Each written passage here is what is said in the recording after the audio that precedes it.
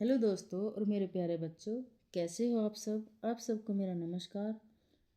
स्वागत है आप सबका मेरे हिंदी व्याकरण की यूट्यूब चैनल पर।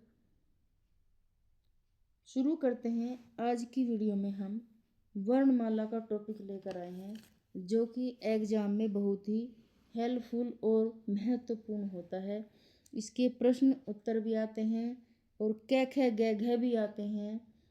तो आज हम लेकर प्रभु का नाम शुरू करते हैं हिंदी व्याकरण का ज्ञान। वो भी टॉपिक हमारा महत्वपूर्ण हो जाता है वर्णमाला। तो चलते हैं वर्णमाला की ओर। तो सबसे पहले हम स्वर का ज्ञान करेंगे। तो स्वर कितने भागों में बांटा गया है। तो स्वर हमारा 2 भागों में बांटा गया है। ठीक है, स्वर हमारा 2 भागों में बांटा गया है। ठीक है, तो यहाँ हमारे 2 हो जाएंगे। इसी तरह से वो स्वर कौन कौन से हैं जिनको 2 भागों में बांटा गया है। पहले नंबर पर आ जाएगा हमारा स्वर, हसु स्वर, हसु स्वर 3 भागों में बांटा गया है। ठीक है, और 2 को मैंने आपके सामने एक्सप्लेन किया है। तो स्वर का पहला भाग हो जाएगा हमारा हसु स्वर। कौन कौन से होते हैं? जो छोटे छोटे स्वर हमारे होते हैं, जैसे ए, ई, छोटा ऊ, रे से ऋषि, ये हमारे हसु स्वर के अंतर्गत आते हैं। हसु स्वर के अंतर्गत आते हैं। अब देखते हैं स्वर का दूसरा भाग होता है हमारा दीर्घ स्वर। दीर्घ स्वर में जितने भी बड़े स्वर होते हैं, आ, ई, बड़ा ऊ, ए से डी, आई से अनक, ओ से उगली और औ से औरत, ये हमारे दीर्घ स्वर के अंतर्गत आते हैं। अब देखते हैं वर्णमाला का दूसरा भाग होता है हमारा व्यंजन। स्पर्श मतलब स्वर तो ये हो गए और व्यंजन हमारे ये हो गए। अब देखते हैं व्यंजन को कितने भागों में बांटा गया है, व्यंजन के कितने भेद होते हैं। तो देखते हैं। सबसे पहले व्यंजन का पहला भाग होता है हमारा स्पर्श व्यंजन। स्पर्श व्यंजन के अंतर्गत कै ख गै घ से लेकर पै फै बै भै मैं तक, ये सभी हमारे स्पर्श व्यंजन के अंतर्गत आते हैं। ठीक है, यहाँ तक तो समझ में आया होगा कि कै ख गै घै डै ढै चै छ जै झै झै झै मैं फै फै सब ये स्पर्श व्यंजन के अंतर्गत आते हैं। अब चलते हैं हम, और इसी के साथ स्पर्श व्यंजन में उत्क्षिप्त व्यंजन भी होते हैं। वो कौन कौन से होते हैं? डै और ढै हमारे उत्क्षिप्त व्यंजन होते हैं। डै और ढै हमारे उत्क्षिप्त व्यंजन होते हैं। इसी तरह से अब आता है व्यंजन का दूसरा भाग अंतस्थ व्यंजन। ठीक है, दूसरा भाग हमारा अंतस्थ व्यंजन। अंतस्थ व्यंजन में 4 व्यंजन होते हैं, य, रे, व, ल। तो इनकी मात्रा हमारी 4 होती है। अब देखते हैं व्यंजन का तीसरा भाग।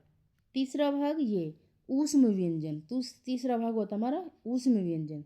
तो ऊष्म व्यंजन में ये तीनों से मिलाकर प्लस है को मिलाकर हमारे ये ऊष्म व्यंजन हो जाते हैं, जिनमें बोलने में ज़्यादा हवा मुख से बाहर निकलती हो। ठीक है, तो इनको हम ऊष्म व्यंजन कहते हैं। अब देखते हैं इनमें आगत शब्दों को भी बताया गया है। नंबर 4 पर आता हमारा आगत शब्द। आगत शब्द में कौन कौन से व्यंजन हमारे आगत होते हैं?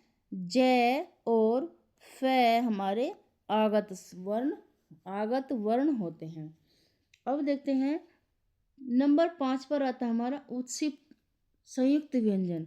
संयुक्त व्यंजन कौन कौन से होते हैं? संयुक्त व्यंजन हमारे अक्षय, श्रेय, ज्ञानी और त्रय त्रिशूल, इन सब को मिलाकर हमारे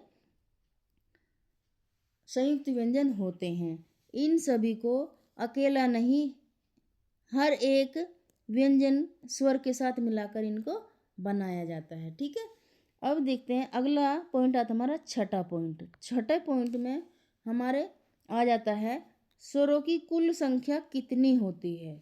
अगर आपसे ये क्वेश्चन पूछ लिया जाए कि स्वरों की कुल कितनी संख्या होती है, तो वो हमारी 11 हो जाएगी।